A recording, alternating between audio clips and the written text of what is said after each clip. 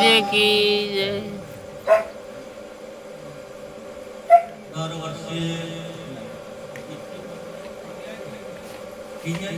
ચોથી આજે હંસાબેનની જે પુણ્યતિથિ જે પુણ્યતિથિની આ ચોથી પુણ્યતિથિ જે નિમિત્તે છે જે એમના જે દીકરા છે હીરાભાઈ અને તેમના જે આપણા પિતાભાઈ જે આપણા ગુરુ મહારાજ આ બંને જે બંને ભાઈએ આવું જે કાર્ય કરી આવું ભજન રાખી અરસ પરસ એકબીજાના આપણા દર્શનનો લાવો લેવાનો અને એમને પણ આપણા લીધો લાવો સંતોનો બેડા એટલે કીધું કે સંતોનો સંગ શરણેના મૂકીએ લઈએ 4 દિવસનો લાવો।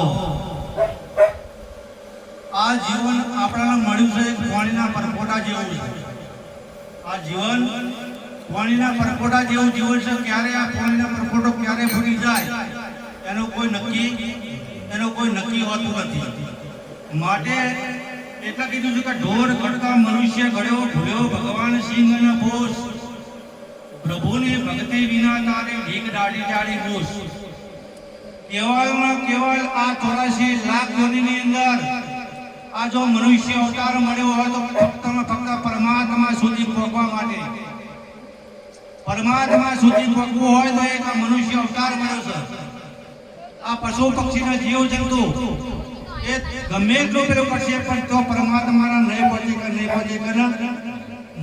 કે પરમાત્મા આ ફક્ત મનુષ્ય છે। કેમ કે મનુષ્યની અંદર વિચાર શક્તિ મનુષ્યની અંદર એક વિચાર શક્તિ આપી છે।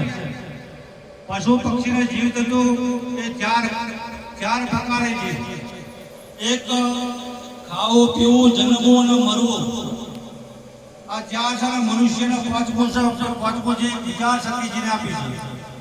જો તમે તમારો વિચાર નહીં કરો હાલ મહારાજે કીધું કે હું કોણ છું આપણે રામને ઓળખી શકીએ કૃષ્ણને ઓળખી શકીએ 33 કરોડ દેવતાને ઓળખી શકીએ પણ જ્યારે તમારા પોતાના પર પ્રશ્ન આવે કે તમે કોણ છો તમારા ઉપર પ્રશ્ન આવે એટલે તમે કોણ છો એટલે તરત આપણે બોલતી બંધ થઈ જાય એટલે એ કહેવાય છે કે ભાઈ હું કોઈનો હોય છું કે કોઈનો એ કોણ છું। જો હાથ અડાડવા જાય તો એની સાચી હાથમાં આવે હાથ મૂકવા જોય હાથ મૂકવા તો કોઈ દાડો હાથમાં ના આવે આખા શરીરની અંદર ફરી વળે પણ છતાં ગોવિંદભાઈ હાથમાં આવે નહીં હું કોણ છું। આખા જે આ જગતના એક સંતો મહાપુરુષો એ પોતાની જ ઓળખાણ કરાવે છે। એટલે આ કોટી જન્મોના પુણ્યથી આ મનુષ્ય દેહ મળે છે છતાં પણ હમણાં મેં પણ કીધું હતું કે ભજનની અંદર આપણે આવીએ એક ભજનની અંદર આપણને આપતા હોય એટલે સંતો આપણને ઘેર આપણને વાયક આપતા હોય છે કે ભાઈ આવજો મારા ઘેર ભજન છે આવજો। એક ભજન એક સંતોએ કે નિર્મળ જેવી ભાવના ભમરીને જેવી ભાવના પોતાના રૂપે બનાવીને રાજી થાય। સંતોનું હૃદય છે ને સંતોનું હૃદય કોમળ હૃદય છે।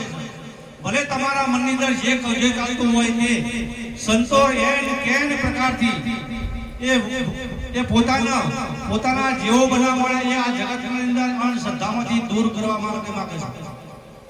અંધશ્રદ્ધામાંથી દૂર કરવા માટે પણ આપણે એક મકોડા જેવા છીએ। તમે જો જેમ પેલા મકોડાને તમે ઠોકર મારો મકોડો એક મોરથી જે મકોડો કીધું છે જેમ તમે મકોડાના પાછો ઠોકર મારી મકોડો તમારા હોમાં હેડ્યો એમ આપણા જે માયા તરફ જોતી મારી સંતો આમાંથી બહાર કાઢવા માટે આપણને કઈ હળકતો હારો હોય અને જે હળકતા હાલાની અંદર જેટલા તમે હાજર હોય ને જેટલા પૂરા તમારા ખેંચ્યા એટલા પૂરા બની જવાના બાકી હાલો તો હરકવાનો છે।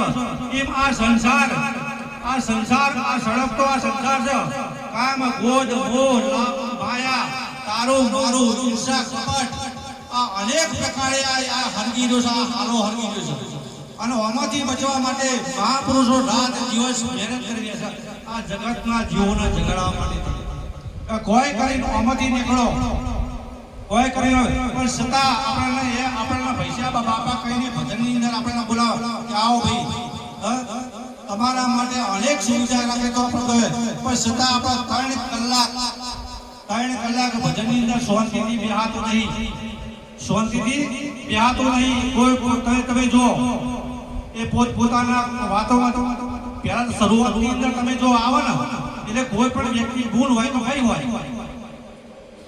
સદગુરુના ચરણમાં કઈ ભૂલ થયો ને પણ કેવું પડે કઈ આવે એટલે પહેલા તો એના જેવું પડે કે મારા જેવું કઈ જગ્યા પર છે, મને કનાકન ફાવશે, મને કનાકન ફાવશે એટલે પેલો તો નજર નાખીને પેલો એ જોવો ભજન કરવા માટે આવ્યો, સંતોના સાનિધ્યમાં ભજનમાં આવ્યો છે ખરો પણ ભજન શિવ કહેવા માટે વાપરવા આવ્યો નહીં. પેલા તો એમ કહે છે કે મારા જેવો છે અને મારા લાયક છે તો મારા વાળા કર મજા અને મારા જોડે મજા આવશે. બસ એકબીજા એવા ભણી જાય એટલે એકબીજા એવા ભણી જાય એટલે આખી બસ તો આગળ ભજનની અંદર ભજન શિવ કહેવા માંગતો હોય એ પણ એને ખબર હોતી એ પણ જેમ ઘેર વર્તન હોય જેમ ઘેર વર્તન હોય એવું જ વર્તન ભજનમાં આવીને આપણે કરતા હોય છીએ.